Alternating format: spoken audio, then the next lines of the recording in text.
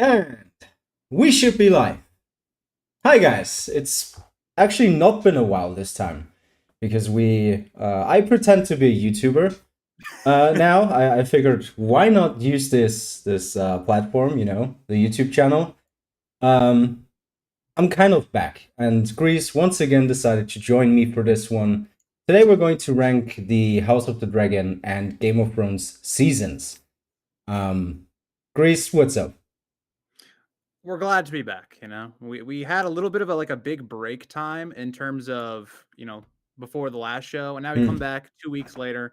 Excited to get into it. I'm pretty fresh off this topic, so I'm excited to see Ricky's thoughts on this one. I feel like we're gonna be pretty similar on this one, but as we're Probably. going, if you disagree with us, let us know. I'm especially interested to see how we rank House of the Dragon Mm. specifically, Yeah, but yeah, because the other excited to ones get are into it. fairly. I feel like we've done that before. I don't know if you've ever had a video out about your Game of Thrones tier list kind of thing. Very long time ago. I usually save this stuff for streams. I did one on the Game of Thrones seasons, I think, before House of the Dragon Hmm. came out. So Hmm. yeah, it's been a long time, and my opinions have changed since that video by a lot. I used to be a lot Ooh, higher on season two, so you did a but rewatch of Game of Thrones or something? it's I would say it's more due to the rereads Hmm. because it Okay, looks a lot more, and so like yeah, watching season two and bitching yeah. about Talisa Maygear. I mean, yeah, kinda, but I'd say it's Hmm. more just on. Well, both of our favorite characters are Stannis, and Stannis gets done dirty in season two, in my opinion. So Yeah. part of it's that. I mean, yeah, making a lot of videos on that kind of stuff, but Alrighty then. Let's start. Oh, we're starting with House of the Dragon season one. As it seems.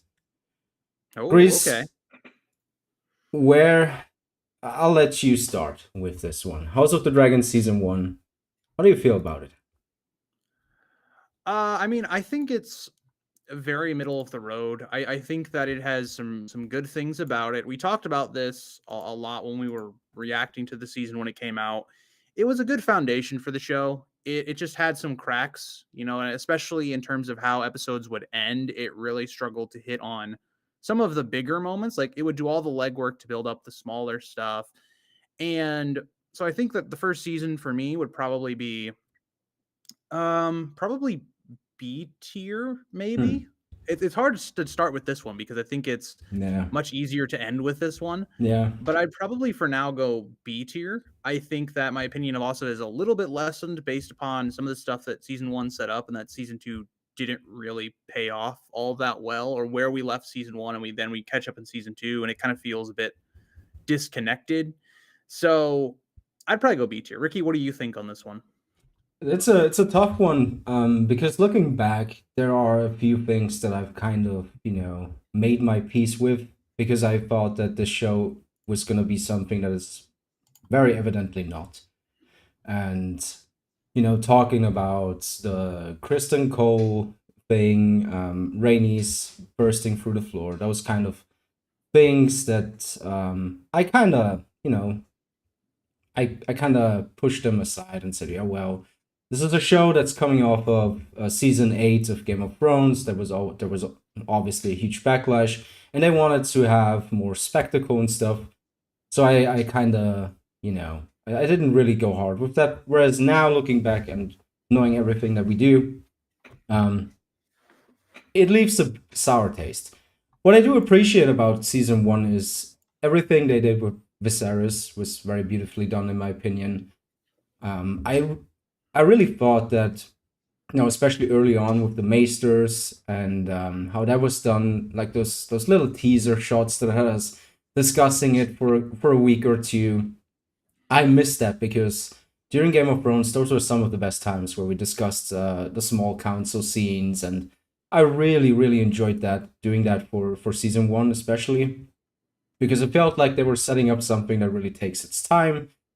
Um, in the beginning, and then obviously all the time skips and stuff happens. And now I think if you're looking for the political drama, that's kind of out the window, and that was something that I know I'm not the right target audience for in terms of uh all the dragon battles and stuff that are coming up. I was never really too hyped for that. Obviously, I'm looking forward to see the Battle of God's Eye and stuff. But the interesting stuff, the stuff that I was looking forward to, we've already kind of skimmed through that now. And huh, I think I'd put it in B tier personally. Okay. I think the good outweighs heavily outweighs the bad. Oh yeah. And if we go season for season, like ranking and rating every season by itself, then it deserves this rating. If we go by, you know, because otherwise we would have to rank a season 4 that's coming up way lower because the damage is starting and those butterflies, as George R. R. Martin described it, they pop up. But I would put House of the Dragon season 1 in B tier. I agree. I think it's the perfect spot because I don't think it's on the level of the main Game of Thrones seasons, which are going to be probably around S or A tier. And then also what you think we're probably going to have below it, it's probably better than, if not, maybe slightly. I think there's an argument which we'll talk about a little bit later, but I do think B tier's probably where it needs to be.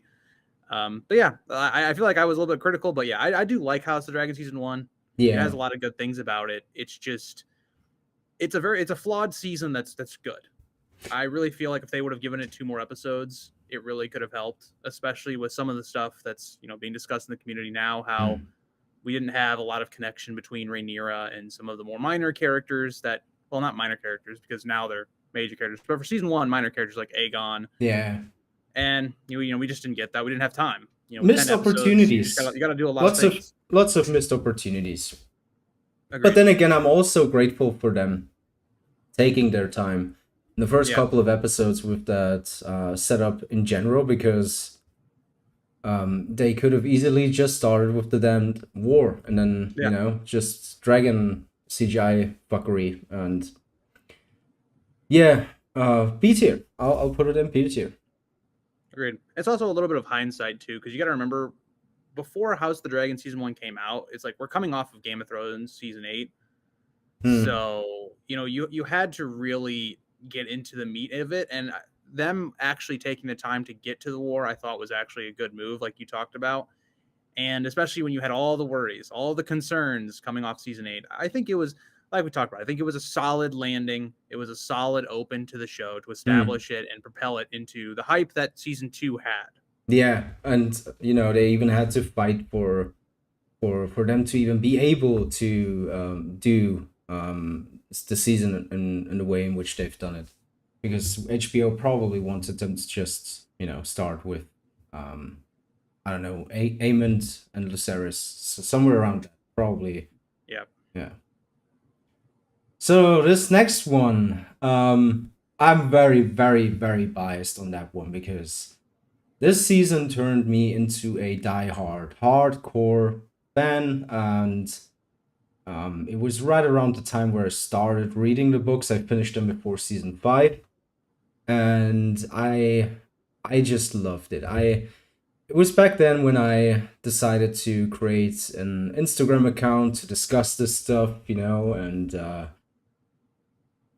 really engage with the community. And I think even with all the flaws of Asha and Theon and that whole rescue scene with Ramsay, shirtless Ramsay, and that goofy scene, even with all of that, I still think that season 4, episode 6 is the best episode of the entire of everything, of both Game of Thrones and House of Dragon combined. And that's just because of the trial scene.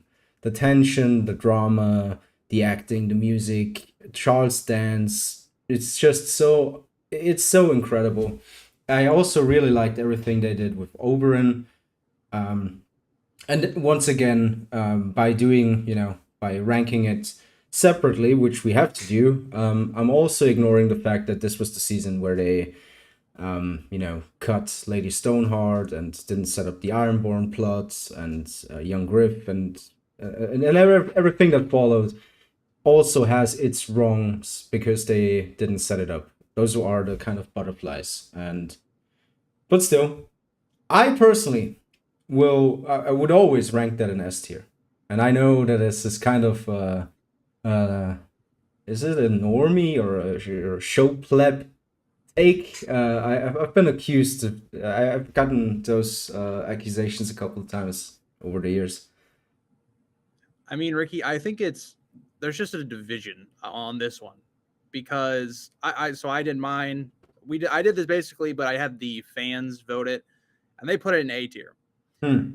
And I think that it's so tough because season 4 is, I would say, it's the highest moments of the show.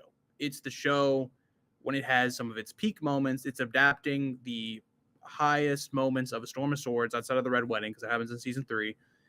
It, like, the moment you're talking about with Tyrion is the best acted. It's still one of my favorite scenes of the entire show. It has some great moments like the Battle for the Wall. They adapted Hmm. that really, really well in terms of fitting it all into one episode, Yeah. taking what was in the book was a multi-day thing, very differently done. It still made it insanely well. I mean, I was going over just some of the footage and some of the shots they did in that episode. It's why so many people love that episode, have it as their favorite. I mean, just the sweeping wide shots or established shots of going from the top of the wall all the way Yeah. down. You're coming to Castle Black and you're seeing everything happen. Like season 4 has some great moments. It is like the highest of the series. Why I would put it in high A would be that it just like it's kind of what you talked about. It has like a little bit of those chinks in the armor. Like you just see things that when you rewatch it, you go, yeah, I see why we got to a certain point, and I would even go as far saying as when you look at season 4, there's other things in season 4 that kind of get swept under the rug, and you mentioned the Greyjoy stuff, of course. I'd even go as far as saying the Arya and Hound plot, while extremely entertaining, Hmm. makes no sense when you get to it. Like the Arya and the Hound by themselves walk through the veil, which we established in season 1, you not doing. And then they walk up to the Bloody Gate and they're like, "Oh yeah, I need to see Lysa because this is Arya here." And it's just like they're just allowed to leave. Yeah.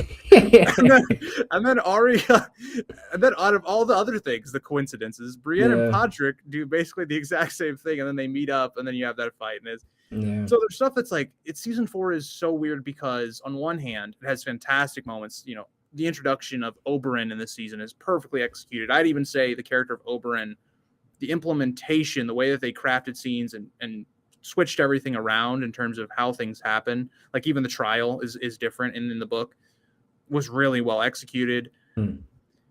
I think for me, I have no problems with putting season 4 like back end of S. It would be back end of S or top of A for me. So Ricky, you can kind of decide what you want to do there, but that's my overall thoughts I, for I agree. I agree with everything you season 4. said. It is. I rank it so highly because it's so fond. I'm so fond of that memory. Yes, That this is like the whole origin story. This is why like we're sitting here is this season. So it is season 4. um I'm right there as well. Like I don't remember exactly which season I started watching the books, and I know it was around the season 5 time. Like I knew the Jon Snow death was going to happen before it happened, but I I can't think remember like I at think I what point I started. started the book.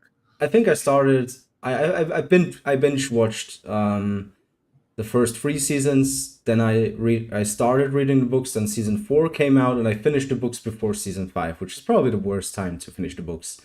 Um, Actually, Ricky, you want to know a story? Now that I'm like remembering this, I haven't remembered this in so long. I'm pretty sure the way I read the books was I was so hyped for John's storyline. I wanted to know what was going to happen, and I found out, mm, oh, these silly books existed. mm. And I'm pretty sure I read A Feast for Crows, thinking because it has crows in the title, it's got to be the Book of John. I remember reading the whole book, and John wasn't in it, and I was just like, "What is going on?" And so I like sped through Dance with Dragons. So I'm pretty sure the way I read the books for the first time was I read the last 2 and then went back to the first 3. Oh, Yeah, but that's how good season 4 was. That's yes, how good yeah, it was. yeah. And but I'm Season 5 all really I'm all the way. I'm all with you. Let's put it in A tier. I can't okay. justify because I think season 1 is gonna end up there. I can't justify putting season 4 at the same level of season 1. I just I mean, can't. Ricky, we can always just come back to it. Like we can place it here. If we look back on the list and it's like, maybe we should reevaluate. Like we can. Yeah, we'll look at it towards the end. But for Yeah, now, this bad boy is gonna end up in A tier. fair. Is that season? What's next? Season 7? Season 7, yeah. Oh, oh boy. Oh boy. Ricky, I think you should start this one. I mean, at this point, at that point, I was so out of it. And I had a fan page, back in the day. I posted quotes from the books, and we had theory discussions and stuff. It was all on Instagram, and I also kind of made content about Game of Thrones, but back when season 7 was airing, I was only ever making fun of it. And at that point, all I did was watch Preston Jacobs's watches, where he kind of just annihilated the whole thing, and yeah, I was out of it. This motherfucker goes right into F tier. I don't care. This is so bizarre. Like the entire fucking structure of that season, it's all about that rescue mission beyond the wall, and it's connected to Cersei of all people, and it's like it's about, hey, let's mash all the characters together, but we have no idea how to do it. And then Euron is like, it's just not Euron. I think the most enjoyable part about season 7 was Euron killing the Sand Snakes, because I hated them. That was the most enjoyable part. And he did it brutally. So I was like, that's kind of cool. A sea battle. Hey, Cersei killing Tyene. That was pretty cool. That's a dramatic. Yeah, that's a good scene. That was like one of the last Cersei scenes of the entire show, and then she just becomes, I'm gonna drink wine and watch. Yeah. Season 7 was peak. You don't believe that, Font. You don't. You're lying. You don't believe that. The only things I can remember about season 7 that I'm like, wow, this is something I can talk about that's good about it is, I think entertainment value wise, watching Daenerys after 7 seasons actually, ride her dragon to go into battle was cool with the Dothraki. That was cool. It was highly illogical, but it was cool. The rescue mission where Gendry turned into the Flash. Oh my god, it was so fucking stupid. It was stupid. Hold on. We gotta talk positives first. We can't just say bad all of it. All right, I enjoyed Olenna's death was good. I enjoyed the Brotherhood without banners, but at the same time, everything else they went north of the wall, and they were part of that stupid mission. That I am speed. What are you talking about, Ricky? You don't like Sansa and Arya's like infighting all season? You weren't a fan of that? You weren't a fan of how that was one of these storylines of all time. Yeah, that's perfectly executed. Like Littlefinger dying because he was so confused. This is I'm a bit confused because I didn't have F tier when I did this, so I don't know because. I think I'd go. You gotta ask yourself, what did I like? It's going straight. Oh well, he went. Let's put Eric in B tier actually. F tier. Will I come back? Yeah, there you are. Back. So season 7 was so bad that he just left. Yeah. Am I getting this right? I hit disconnect and I just. We don't have to talk about episode or season 7 anymore. It's just you guys forget E tier. You know what? I think that you can actually create E tier here. Oh, you can. You very easily can. But like once we start making more tiers, we're gonna have more tiers than actual seasons to rank. How can I? Oh no, that's not the. Go to the setting wheel, and then you add below a row below. That's where. And then you can change the name. Season 7 equals S tier. My lad. Were you the same guy saying season 4 was overrated? Are you on track? Hold on. We're gonna do some exposing. Season 1 was mid of House of the Dragon, but season 7 is in S tier. You are outside of your mind. Yeah, Fauntleroy. Season 4 was just okay and heavily overrated, and we got season 7 in S tier apparently. Ma says, "Damn, Bloodraven and the Weirwood Net interfering with your stream." You know what it is? I am a Blackfire supporter. Eric's living in the US and I'm from Germany, and Yeah. sometimes Tough. I don't know. It's just if you would have seen the kind of shenanigans that were put into every time we put up the stream, Yeah. where just It's not as simple like as just join and record or it's just stream. It's not it's simple. fucking nuts. Like it doesn't help that I'm just pretending to be a YouTuber at this point, where I'm just like you know, popping up every 3 years. I mean, but think about this. Okay, if you guys were around when we used to do our early collabs, when we just started collabing, we had way more issues. I mean, we'd have on Skype specifically, we would have issues with our voices being delayed and stuff. It was a whole shenanigans. Like this Man. is just a little just pop out of the stream, come back in. That's fine compared to what we used to have to Yeah. deal with. Yeah. So we both agree that this is going straight into gross. Yeah. It's got to be whatever the lowest tier is. This is where the season is. Yeah, E, gross. I'll even change the color on that one because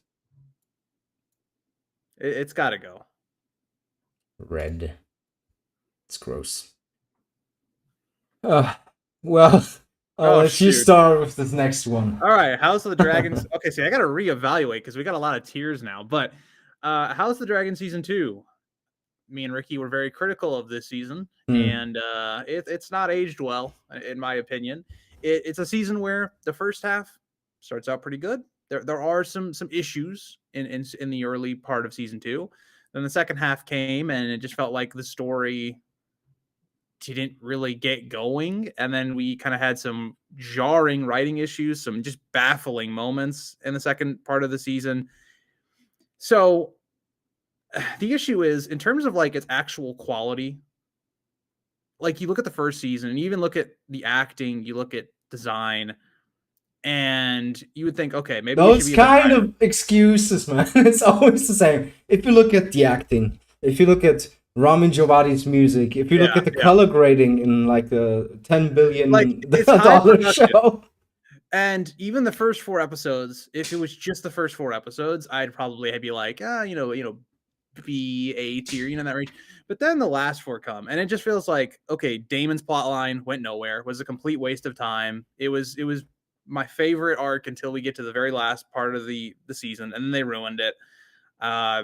Way too much focus on Rhaenyra and Alicent that was not executed well at all throughout the entire season. What we talked about with House of the Dragon season 1, how it ends on a certain note, like, oh, the war is breaking out. Rhaenyra's got her like really pissed off face, and we're heading into some stuff, and then it just doesn't do anything with it. So for me, I'd probably put House of the Dragon season 2. See, this is the problem, Ricky, because I don't know what F is anymore, because we know that the season 8 is going to be in the bottom. Well, it was just for the meme, but I'll delete it real quick. And then it's just make F like gross and F. Like just combine those two, because it's E tier. It's just E tier. Okay.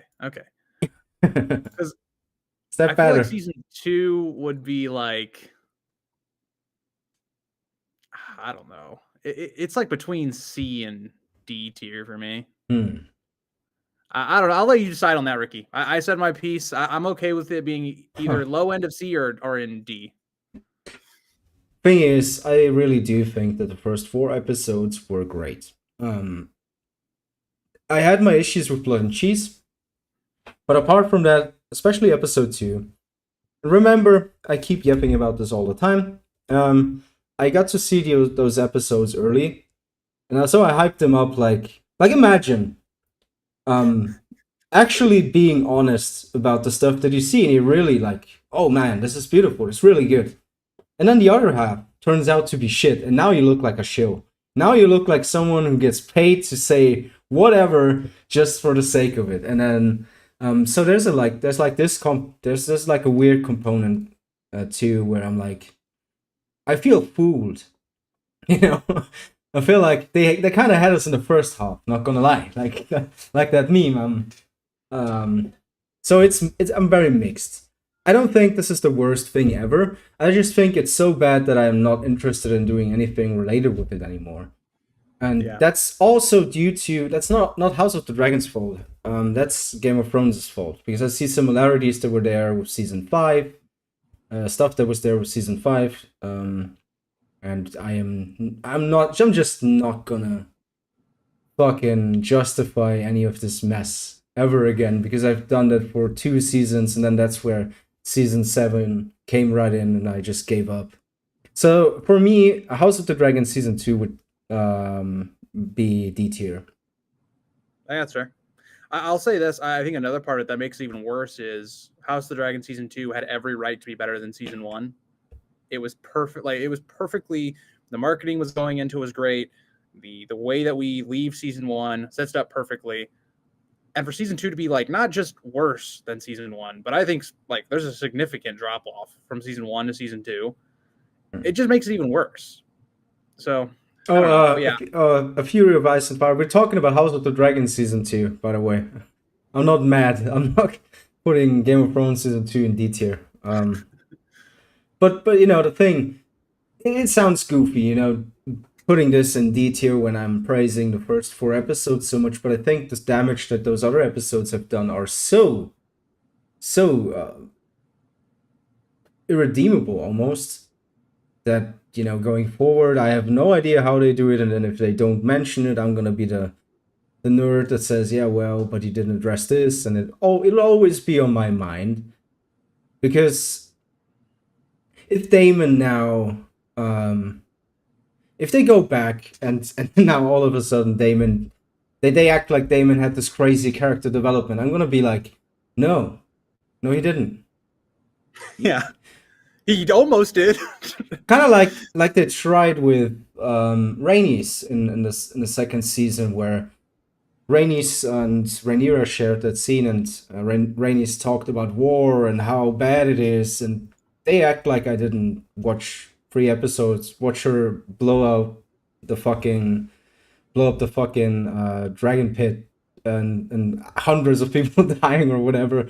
They act like that didn't happen. I always hate when people do that. I would, if they want to make it right, they have to lean even more into it, as in, you know, really explaining and taking their time to explain Helena's dragon dreaming, or even green seeing, or Whatever the hell's going astral on there. project, or whatever the hell that was, because it was like, that was not anything that I've personally read in A Song of Ice and Fire. I don't think that Bran even is that powerful, No, and it takes it's a not lot close to more. that powerful. Yeah, it's fucking, it's stupid. So it's stuff like that. So it's so, the stuff that they did in the last 4 episodes, especially I think the last 2, was so out of nowhere for me, and so crazy that going forward, I mean, like just to elaborate more on your point, like this is the thing.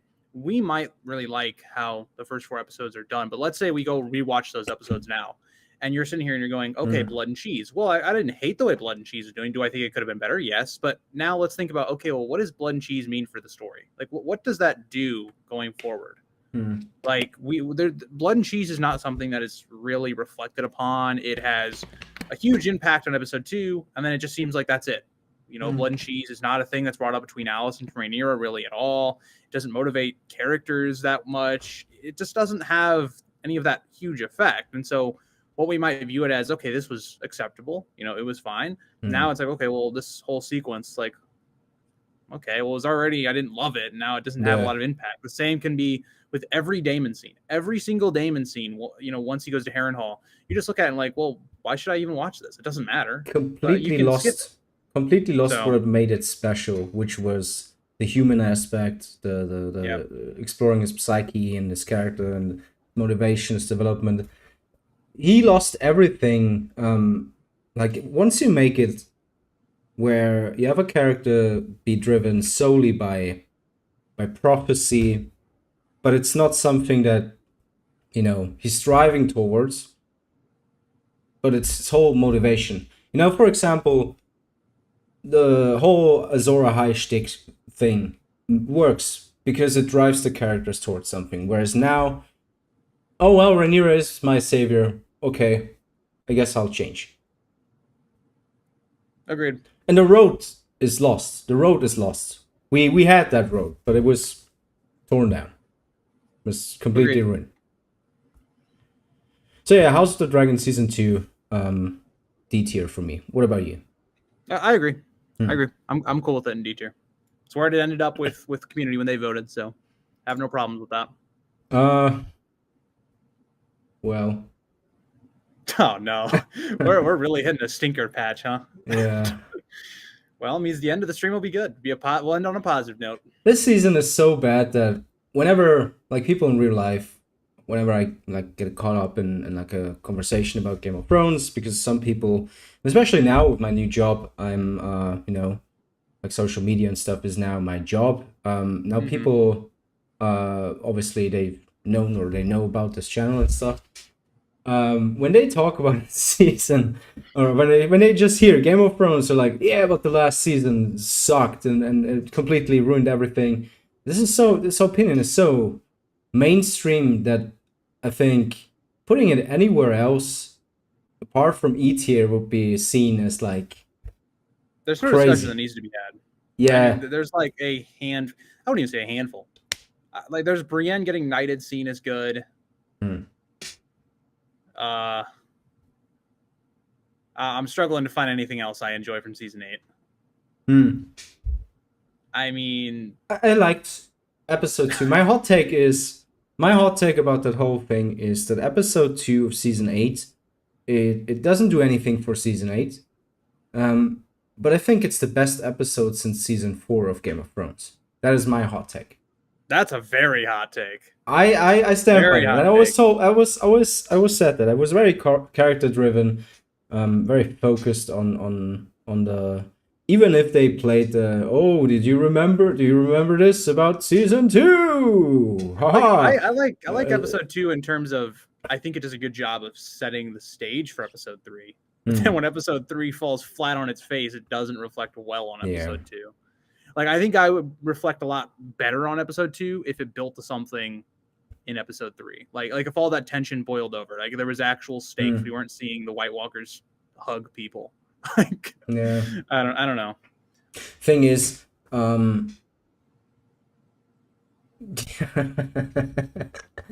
like where do we even begin? Like we could like talk for an hour about all the faults this season has, but man, it was just like everywhere. Like, I mean, Jaime, think about this. Like, is there a character that wasn't ruined to think? If I think about a character that wasn't ruined to think about Theon, and he got to die. And even then, I'm like, why are you running at that guy? Just fucking throw your spear. What the fuck are you doing? He knew he was cooked, so he made it cinematic. I guess. I guess. Yeah, he was aura farming. I don't know what to say about it. I mean, this season's so bad they ruined Jaime's whole character arc in one sentence. Yeah. It took one sentence to destroy it. I mean, Theon made the Grievous an abandoned ship. I mean, we got Euron saying, I killed Jaime fucking Lannister, whatever he says. Yeah. Just. I'm the man who killed Jaime Lannister. Just put it in the bottom, Ricky. We don't got to talk anymore. Just put it in the bottom. Just put it in the bottom. There's more nuanced conversation to be had with other seasons. This season, we all know it's garbage. Bronn is the Lord of Highgarden. Or like the Reach in general. It's Lord Paramount of the Reach. It's crazy because it's not even the wildest thing from season 8. That's insane, but that's like insane. Like, that seems normal. Like, what are you doing? At this point, what the fuck are you doing? But Bronn's a fan favorite. He's got to get his reward. Haha, cock and balls. Like, it was like legit the first sentence of that season is like, haha, you have no cock or you have no balls. It was Tyrion to Varys. Yeah, the Tyrion Varys jokes that we've been hearing for 4 seasons. How did this happen? I thought we were smarter than this. We were not. That's a good reference to Star Wars, by the way. I'll strand it straight back to hell. Yeah, just put it down there. I mean, we don't have to talk about it. Ooh, now it's gonna be interesting. I'll let you go first. Okay, so I'm a notorious season 6 hater, more than other people are. Okay, I don't like this season. People always say, "Oh, of all the last 4 seasons, this is the one that is an exception," and I'm like, "No, it's not. This season's bad. This season, I put season 5 above this season, but we'll get there when we get there." What the fuck? Season 6 is literally filler. Literally nothing happens in this season outside of a couple moments. The Battle of the Bastards, which when you really look at it, it's entertaining. It's fun to watch. Makes no sense. Makes zero sense. The characters make no sense. It makes no functioning sense. Like if you compare it to something like the Battle of the Blackwater, the Battle for the Wall, those are also really entertaining and they also make sense. It just doesn't function. The last episode of the season has great moments. You know, you've got John's reveal, the Tower of Joy stuff. That's an iconic moment. Cersei's whole thing with blowing up the Sept, which isn't looked as great because they don't do anything with it going forward, but it's still an iconic part of the show. The King of the North, John, all that stuff. Like season 6 has very high moments that make you remember it. It's a season that is very memorable compared to season 7, 8, and 5. But in terms of consistent quality from episode to episode, scene to scene, it is not good. It is very poor. The fact that I think the best plot line outside of Cersei's of the entire season is Bran should tell you a lot. Bran's is like the only one that like semi is interesting to watch. It functions. We're getting more into the character, and season 5 should have been doing this, but you know, Bran. I think the actor was doing something in season 5 as well. I don't know. There's a whole No. What I've heard, they just decided to let him out, leave him out. No. Okay. Well, either way. From what I vaguely remember from back then, because we were discussing this when season 5 aired. Like, where the fuck? Why would you do that? It doesn't make any sense. I mean, to be honest, D&D copied George though, because George also did this. We got to the very interesting parts of Bran, and then he was like, "All right, no more Bran for Dance of Dragons. He's out." I know. Yeah. But I'm a big hater of season 6. I think it's very overhyped. I think people remember a couple moments, especially because the ending, the last 2 episodes end on a very like high note. Like I have friends that remember this season very fondly because of those 2 episodes. And then I tell them, "Hey, okay, what else did you like about the season?"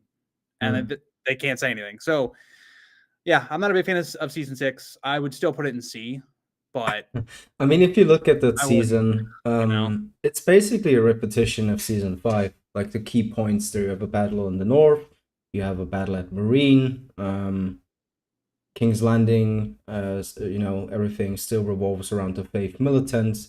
We don't really move that far. It's just when we move spectacularly.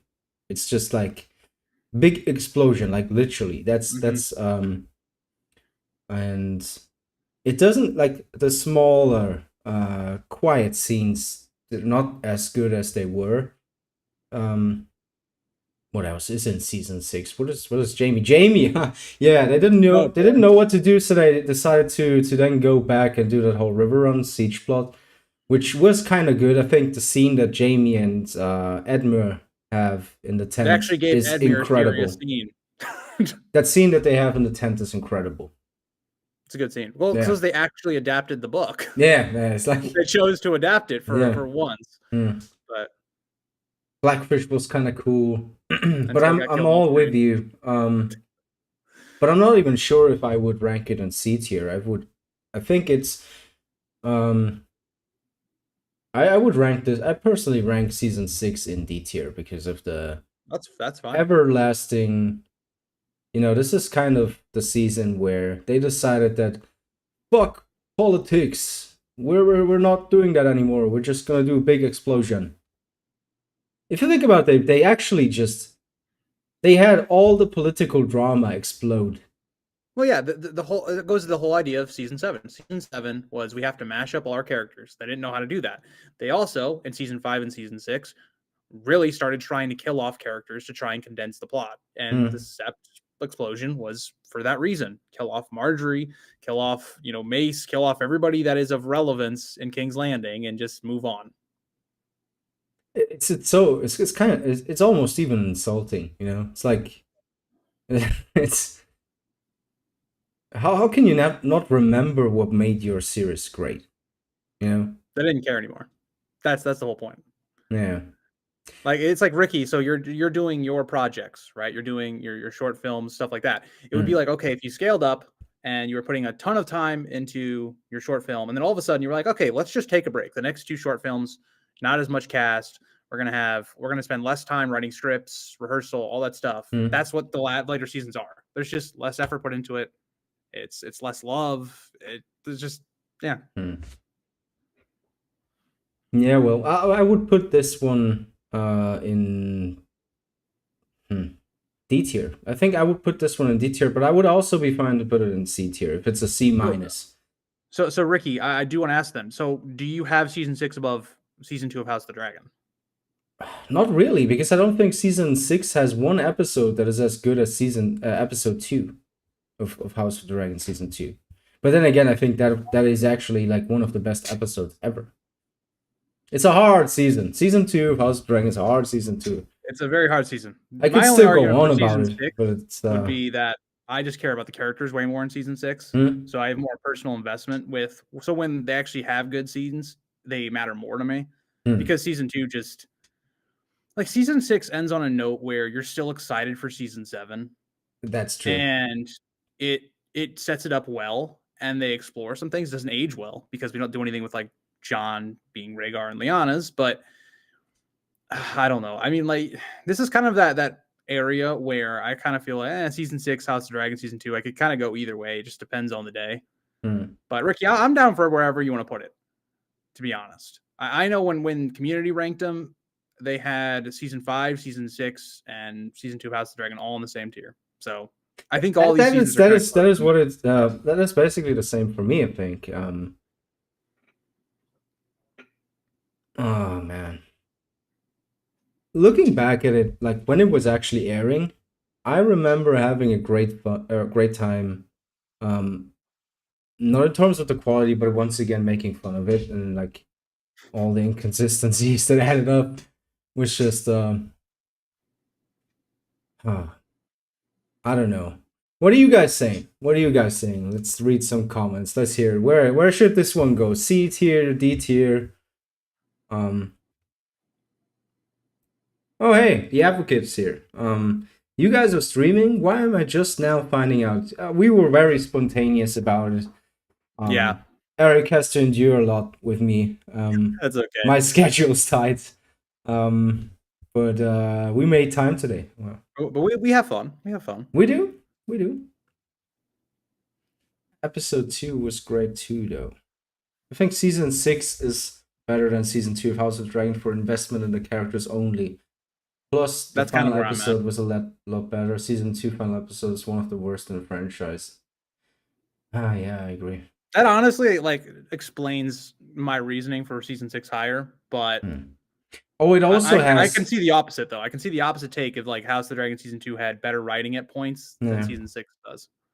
As the advocate says, the episode The Door was very, very cool. And also that also gave us book readers something to discuss in the following weeks. I remember that time where we all went into fury mode and this is how it ends up happening in the books and stuff. And the hold the door it's a reveal for the books that came from the show. And we were all deprived of anything new, as we are now. Battle of the Bastards is not a good battle. Not a good episode. Season 6 has so much stuff that sets up very interesting concepts, like the Hold the Door stuff, and then goes nowhere with it. The fact that Sansa just keeps this information from Jon makes no sense. She has a whole army, and then they charge. Like you would hear that from miles away. Like it's insane. How nobody picks up on the whole army from the Vale coming all the way up the north? Not a single person knows. And then why is no one in the show using Winterfell? I have no idea. Like, why would you meet them in an open field? Why? This doesn't make sense. Like the point in the show that they say is, it makes us look weak. We're not meeting them on the battlefield. I think that's actually what happens in the previous season 5. That's what Roose and Ramsay talk about. But it's like, what are we talking about? Yeah, just hold the castle. I mean, that's all you've got to do. I mean. I get it. You have a larger army, and okay. Let's also give this point of view. Ramsay was going to win the battle if it isn't for this mysterious Vale army that somehow gets all the way up north. Somehow, it's not like Robb in season 1 where he gets down to Riverrun and nobody knows. Like, there's actually reasoning behind that. Here, it's just somehow the Vale army gets through Moat Cailin. Nobody says anything. Somehow they get through all these northern, castles and lands, and no ravens are sent, and we're not shown that they were caring about that information spreading. So I don't know. It just becomes one of those things where late Game of Thrones, they don't care about Mo Kalen, like how it's supposed to be a really big part of the North. And it's just like, who cares? You know?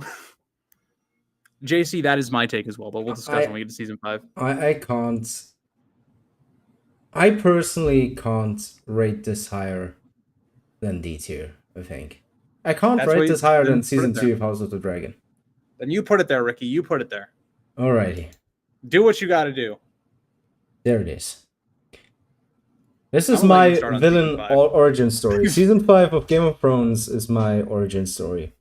What they've done to Stannis. And remember, as I mentioned earlier, I had just finished the books before season 5 was airing, so I was looking forward to Young Griff and the Ironborn and Arianne Martell. I got fucking nothing. This was dog shit. This is, and then also how they just watch the first 10 minutes of episode 10. They fuck Stannis in 10 minutes.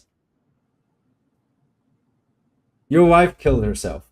All the sellswords with all the horses suddenly just left and oh, it's bad. Whoever is kind of bad, let's burn the daughter that's your fucking heir to the throne. No. And also the sand snakes. You're not a fan of the sand snakes and the things that the sand snakes have to offer? No. No, I'm not. What about what they did to Sansa? Are you a fan of that? That's atrocious too. Like that's crazy. That's crazy. It's crazy. I think it's the worst part of season. When we all realized when we watched this back then, when we've watched this, and we were all realizing it was in the trailer, Sansa and Littlefinger, and I think I think Mo Kalen is right there.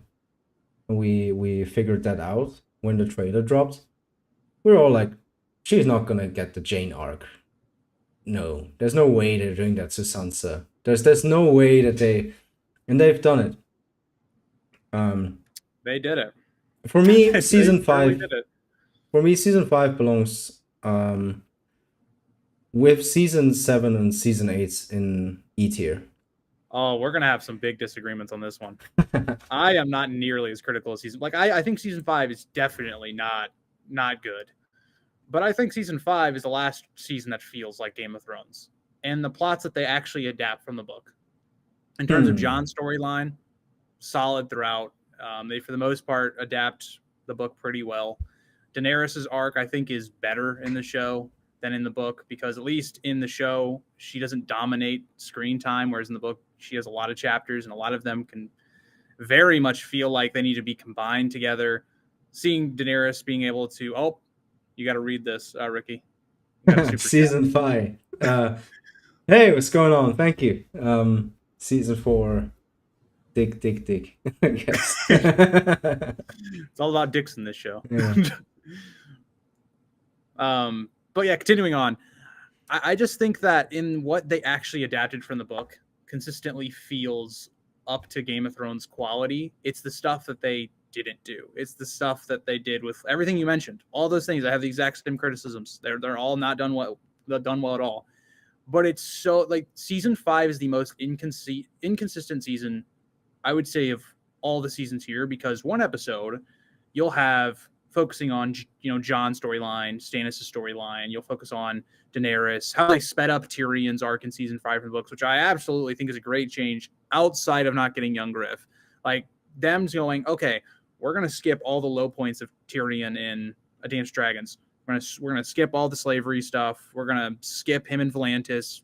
All this stuff was a great idea. Just get him to Daenerys. We don't need to see this whole journeying stuff. I like that change. I liked Tyrion with Daenerys. I thought those were fantastic scenes. Even where the season ends, I like where the season ends. But it's then that flip side of just, they ruined Sansa's character in this season. They ruined all plot development for it. We just built up this character of Sansa being she's going to come into her own now. She's going to start becoming a player and taking ownership over her life, not being used as a pawn, overcoming Littlefinger. And then she just gets thrust into the Boltons. Makes no sense. The whole Podrick and Brienne storyline, no sense in this season. The Dornish stuff makes no sense. The Greyjoy stuff should have been in this season, but it wasn't. And then the book stuff just wasn't here, unfortunately, which just decisions they made, I guess. But yeah, I do agree on Stannis up to the point of I think Stannis in season 5 is the closest we ever got to actually Stannis. And so when we get to the moments of like him burning his daughter, I think that makes way more sense in the show, because the show Stannis was never a complex character. He was never this guy that wouldn't burn his daughter. He shows very clearly that he's willing to do whatever it needs to be done. And then you add in the desperation factor, all that stuff, even though I think it's stupid how we get there. Ramsay with his 20 good men, just completely just dumb. And then how it turns out. Stannis gets just killed for no reason. It's dumb. Oh, wow. But thank you for super chat. So I'm a bit higher. Ricky, I'd probably put season 5 in C. So wow, yeah, we're pretty different on this one. I think season 5 is better than season 6. I feel like I have to do more explaining on my part. To me, this was the season that ruins Game of Thrones being an adaptation. I agree totally. That totally is, I agree that this was the closest book Stannis that we ever got, and for that, I that and Hardhome and the Walk of Shame was really well done. Apart from that, this season can burn.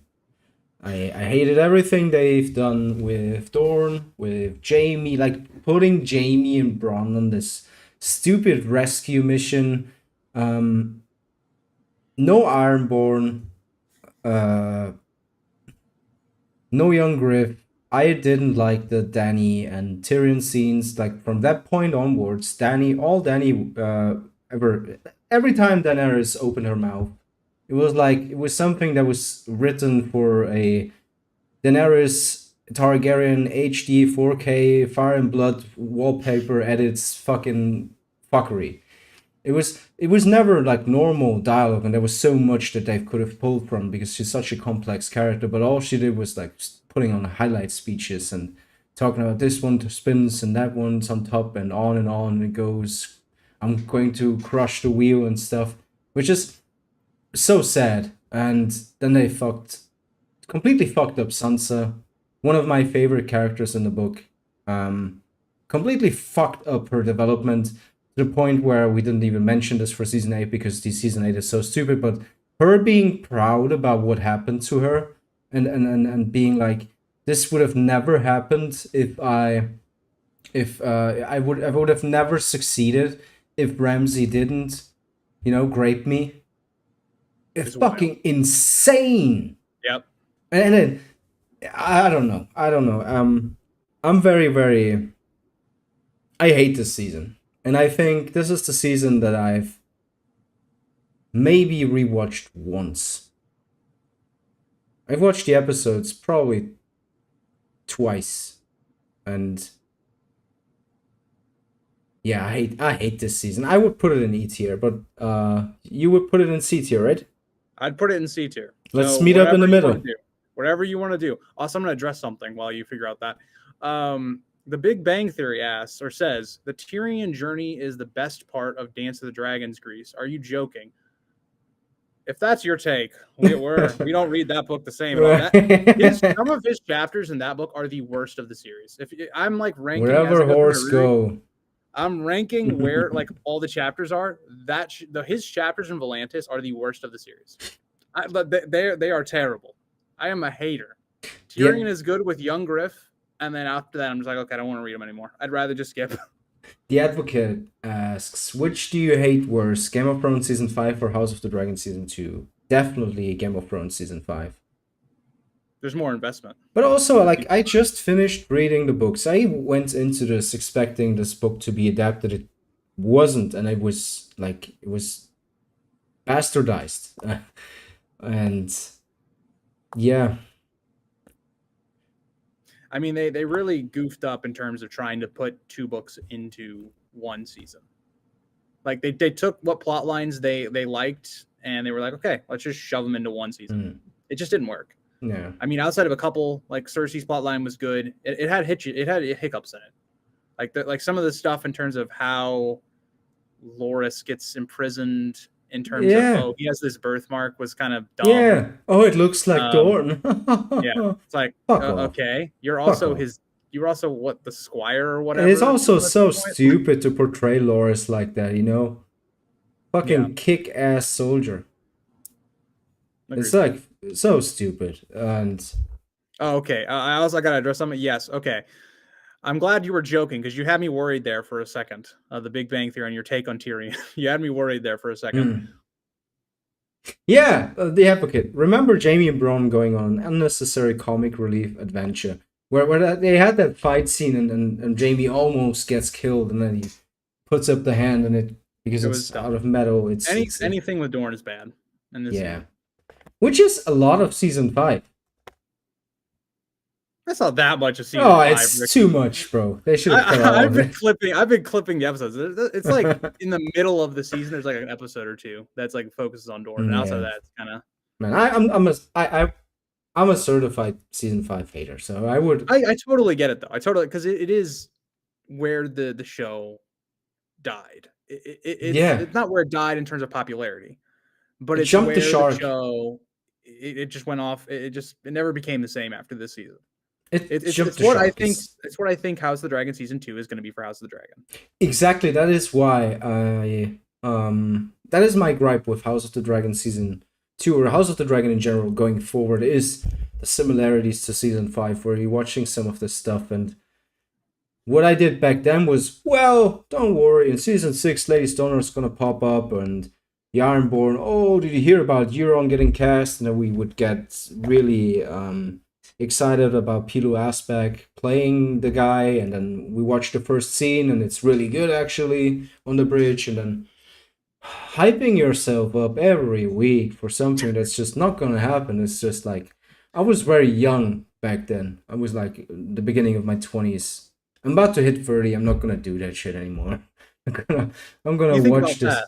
I was in 16 to 18 range when season 6 was coming out. So damn, I was a young kid. I'll also say this: we didn't even talk about this for season 6, but I just as you were talking, they butchered the Kingsman in season 6. That's my god, that's another slander on season. That's the sort of thing you start saying once your dick gets chopped off. Oh, dude, that season makes me pissed off. Gallivanting.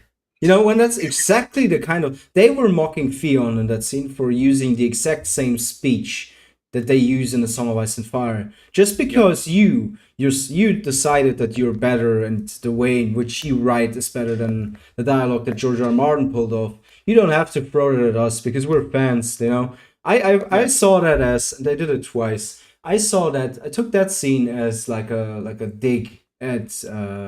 you know, we have to talk more casual. And that's what they've done. Going from season 5 onwards, they didn't really talk like in-universe characters anymore. They're like just like from our time. And then you had, I think it was season 7. Is it season 6 or season 7 where the Hound pisses in the river? Like basically pissing on the Lady Stoneheart plotline.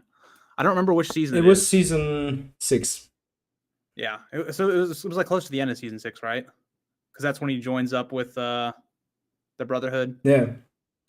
Not a good look.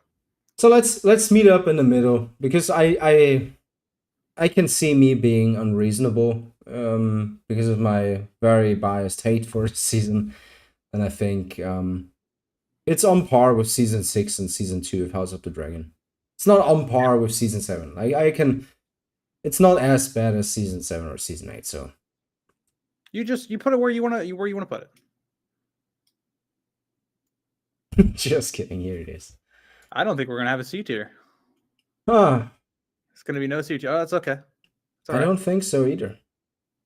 I don't think. I think we just leave it. Unless I'm about to pull off the biggest rage bait in history. It would, the slanderous talk about season 5 and how bad it is. Maybe. Nah, you go ahead. Season 3 of Game of Thrones. Season 3, I feel like I've gone back and forth on. Season 3 used to be my least favorite of the first 4. Hmm. And now I look at it and I go, I like season 3. I think it does a lot of things really well. I think it's better than season 2. I don't think it's as good as season 1 in terms of adaptation, but I think season 3 does a very good job of building up into the big moment of the season, which is the Red Wedding. It's not as good as the book, of course, but I think that the way that they adapted that storyline was really well for season 3. Given they changed a lot of things, Rob is aged up, and the introduction of Talisa in season 2. Hmm. It has, for me, my favorite moment of show, book, The Red Wedding, which is fantastic. It's really well done in the show, even though I think, again, the book's better, but Yeah, I want to see fantastic. Northerners actually fighting for Rob, throwing the Yeah, table on him, defending him. That would yeah. have been dope. But it was a brilliant execution, regardless. It was fantastic. And then I think season 3 is really where Jon Snow and his plotline really started to get interesting. Hmm. And again, a lot of this is because you're following A Storm of Swords. You're following some of the best stuff from that book. I think, and because there was an off-screen relationship between Jon Snow and Ygritte, the actors that played both of them, their chemistry was fantastic. Ygritte was a great introduction for season 3 and season 2. Great character. I enjoyed that plot line. You have some other great moments with Jaime's whole entire arc for this season. It's fantastic. I like a lot of season 3. I would put season 3 in S tier. I think it's my second ranked season, Hmm?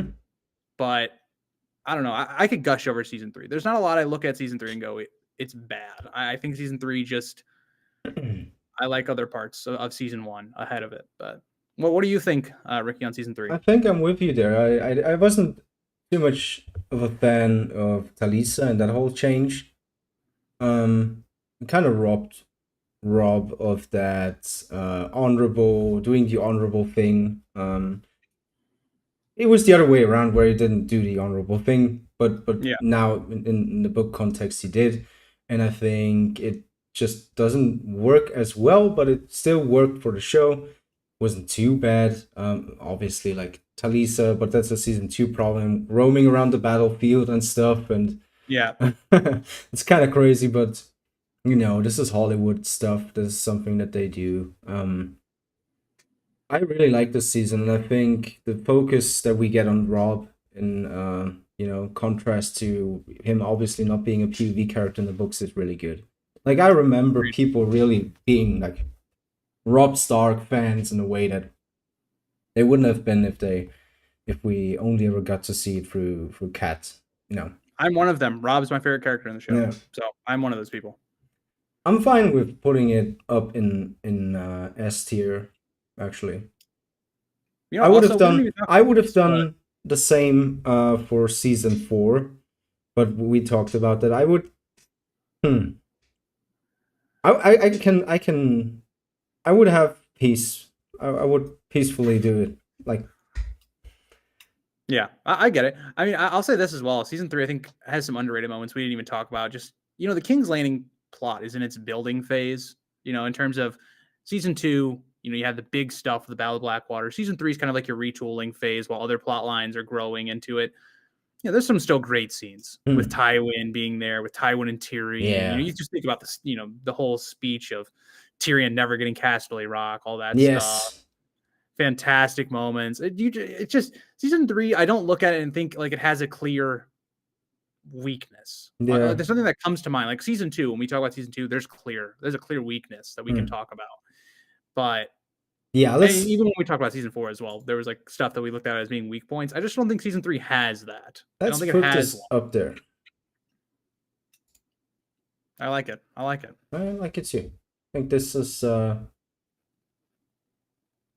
correct. That's an opinion, obviously. Big Bang Theory says, where was it? I saw a comment that I wanted to. Sorry for all the text, by the way. I get excited in these streams. Don't worry, just spam us. We're happy you're here. We're talking into, like, you gotta remember how crazy this is. We're talking to a camera and to a microphone. He's in the US and we're talking about some nerd shit, and you care to watch this. This is fucking nuts. Thank you for being here. So Don't you dare apologizing. Don't you dare.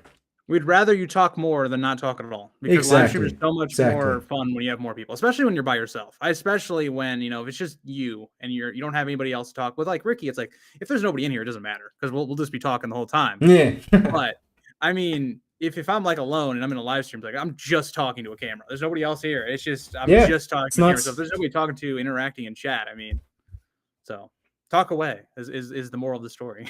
Hell yeah. Season 2. Now I'm curious for the biggest weakness. I want to hear that. What's the thing that what's your gripe with season 2? So season 2, looking at it just from an adaptation standpoint, you also have to remember not even looking at some of the stuff that changed. A lot of people have criticisms of Clash of Kings for, and me included, Daenerys' storyline in Clash of Kings is not good. I think that she's not that enjoyable in Clash of Kings outside of the House of the Undying. I think Jon's storyline is still building up to it. It's not, it's not that enjoyable to read in terms of the other characters in the Clash of Kings. Bran feels kind of disconnected in terms of, well, he can't go anywhere and he's just kind of watching the events. He's hearing the news of stuff happening and then Theon comes in. So I think you have that part of it, is that season 2 has clear weaknesses in terms of what it's having to adapt. The source material isn't the greatest in terms of some parts of season 2. I'd then go as far as saying, okay, they took the strongest point of book 2 for me. I love book 2. I'm one of the few people that have book 2 as my favorite book of the series. They just completely missed on the best part of book 2. Renly and Stannis' arc is just non-existent in season 2. Stannis is not the character of the book. He's not complex. They cut corners and trying to combine scenes. They combine Crescen's prologue and Davos 1 basically into 1 or 2 scenes. It stripped Stannis completely. Like, his character does not work the same way. Like, his motivations are completely different. He's not as interesting of a character. Renly, in the same regard, is not the same because we do get, I'd say, enough of Renly, but they stripped Renly of, both in season 1 and season 2, of having more of a characterization. And I also think the execution of that plotline, which should be like the peak of the first half of the season, is Renly's death. They don't really build up to it properly. Whereas like the books, they keep it a mysterious. They lean into the magical element of it. They make it to where you don't know Renly's going to die unless you're paying attention in the book, because Stannis drops and hints at it like once or twice, and Crescent and Davos 1 happened much earlier on in the book. You then come back to the character, and it's been a long time. So if you weren't paying attention, you might not know, okay, Renly's probably going to get assassinated here. So it comes off as this huge, huge moment in the book. Whereas the show, it's like, okay, it's going to happen. You see Melisandre giving birth to the Shadow Baby. You see it coming after Renly, all this stuff. So that, I think, wasn't handled as great. I think where this season makes up for it is in Robb specifically. We get a lot more of his campaign of the West. Some of the things we talk about with season 3, we get more to build onto the character. You have the controversial stuff with introduction of Talisa. I don't mind Talisa on the show. I know a lot of people don't like her as much. I'm fine with her. I like what they were doing with it. So I think it's just, for me personally, season 2 has a mix of, it has not the best source material, and then also the source material it does have, at times, it just doesn't hit on it. Now, other stuff, Tyrion, fantastic. But yeah, I like to hear, what's your thoughts on season 2? Just so I wanted to mention this before I forget it. Did you know that the actress who plays Talisa is related to Charlie Chaplin? I did. Yeah, that was like a crazy fact. About season 2, biggest miss is not having Courtney Penrose. Yep. They cut a lot of that. They cut a lot of that plot line. They cut a lot of that whole moment of like, bring on the storm and do, if you will, iconic. Recall the name of this castle. It's like top 5 speeches or one-liners. I'm kind of with you. I really enjoyed the Tyrion stuff, especially in season 2. Yeah. I think he was at his most clever in season 2 in terms of how he was written. I really liked the show version of the Battle of the Bastards. Oh, you like the Battle of the Bastards? Battle of the Bastards, brilliant. Makes a whole lot of sense. No, the Battle of Blackwater Bay. I really like the Yeah, show version because they had budget limitations and really had to fight for the budget, and it was written by George, which by the way I loved all 4 episodes of his of that he's written in the show. Um, yeah, I'm with you. I like the Rob stuff. I A lot of people have gripes with Danny's House of the Undying arc. I think that was okay-ish. That's I thought it was also fine. yeah, but it was they've left. This is the kind of thing where they introduce something to set something up, um, and then they don't ever readdress it with Quaif, for example. It's Yeah, a lot of drop plot lines. yeah. I will say another thing, because Daenerys in the book and the show very different in season 2. Like it's Hmm. actually really different. I honestly don't even mind the way they changed her in the show. I mean, the book material. I have a video going out on this week. I really just I don't like she doesn't have a storyline really in book 2. She just kind of gets handed something at the end, Hmm. and so I like at least that there was some thing that Daenerys had to overcome. Like the dragons get stolen, Daenerys has to overcome the Undying. She Hmm. has to overcome Azaro. I at least like that there was an effort attempted at giving Daenerys some sort of character arc, because in the book that's non-existent. Illyrio just kind of, hey, here's some ships, here's Barris and Selmy, even though you don't know it, but here you go, just have fun. Yeah. But I don't know. I think you're frozen now. Very Oh, I'm frozen now. yeah. Hold on, let me. Yeah. I'll come back. I'll come back. Just read chat. I'll come back. Alrighty. Oh hey, D Charles is here. How's it going, buddy? It's been a while. Hope you're doing good. Been a while since we've talked. Definitely gotta set something up for the future. Season 4 was great, but was omitted. Kinda set the stage for a disappointing future. Season 5 isn't the worst, but I'm personally still better by the alternative universe given to Sansa. Yeah, as we've mentioned, it's just nuts. It's nuts that they've decided to do that to Sansa is like, especially with the character development that she's in for, that we all think she's in for. It's mad. It's just mad. Because you had that scene in season 4 where she's walking down the steps, and we all Dark Sansa is something that they've always mentioned, where some of our book readers' dreams were bound to become true, and then you watch that trailer for season 5, and she's standing at Moat Cailin with Littlefinger, which is like it's just a abomination, and it's nuts. Alrighty, Eric's back, but he doesn't have a camera. Apparently, my camera, which is plugged into my computer, was not recharging my battery, so my camera is now dead. So we might have to do an audio podcast for the rest. No But worries, I should I got the put up my perfect sigil picture or for something? you. I have the No, cool. perfect picture for you. Got you, buddy. Don't you worry. Uh, Use my OBS. No camera. That's your camera. Where are you? What's a suiting photo for Eric? Oh yeah, there it is. Oh God, I'm waiting for Ricky to put up a troll photo.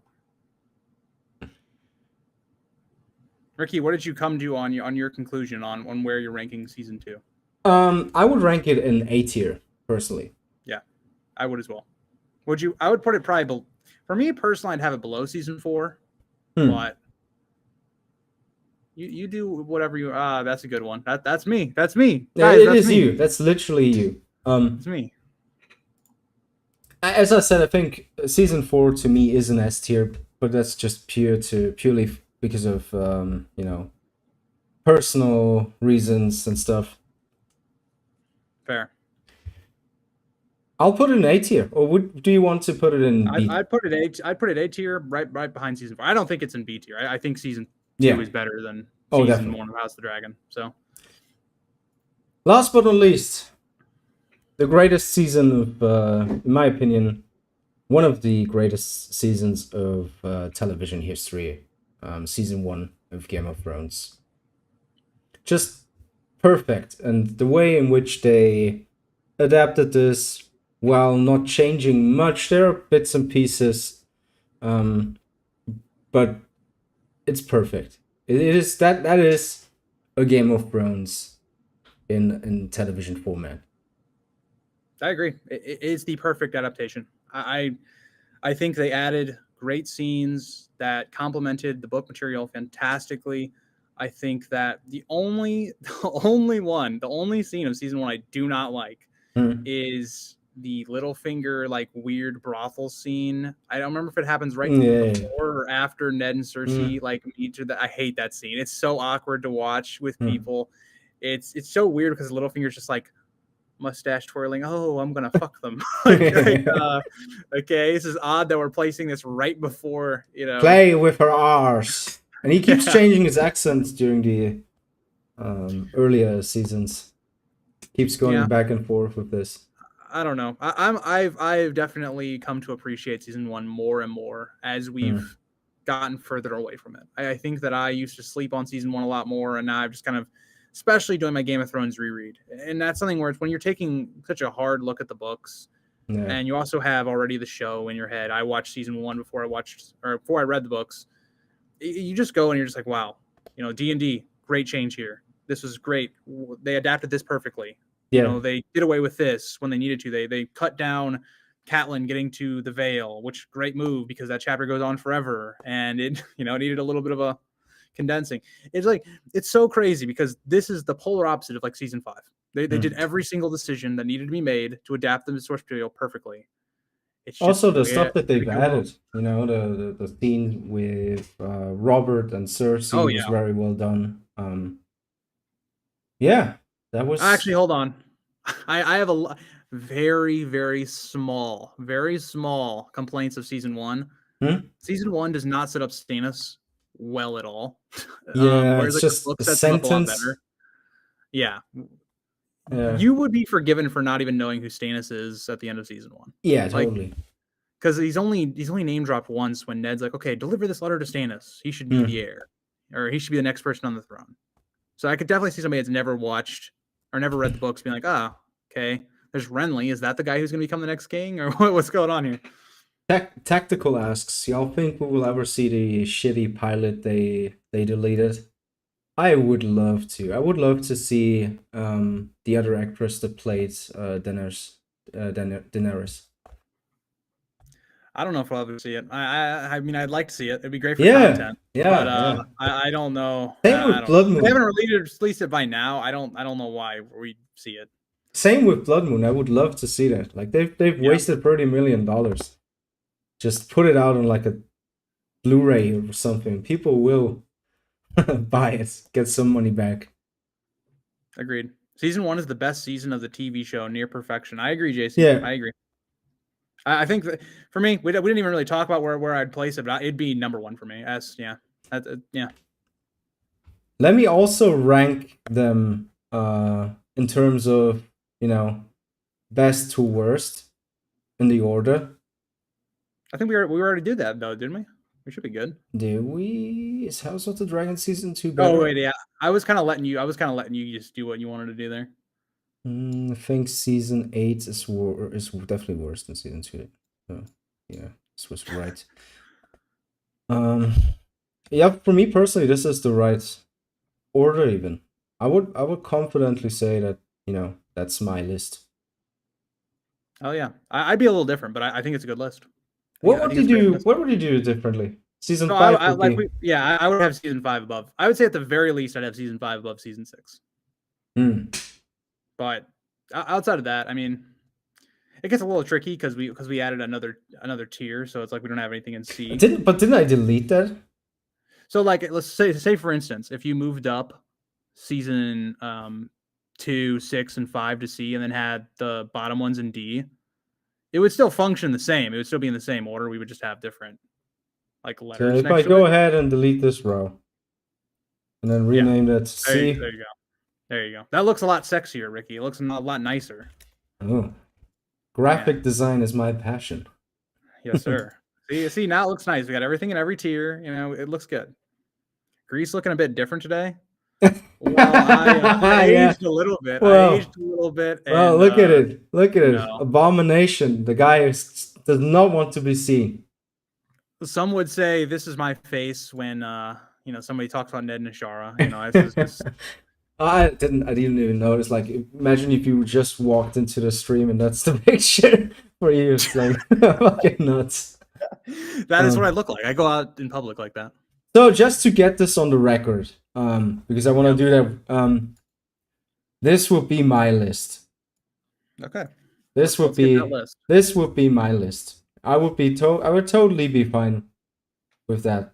But since we're a democracy, this is what we've ended up with, and I'm also fine with that. I think that's fair. I think it's a solid list. It's a solid list. Yeah. But chat, let us know what you would do differently. What would you criticize us on? Yeah, exactly. What would you change?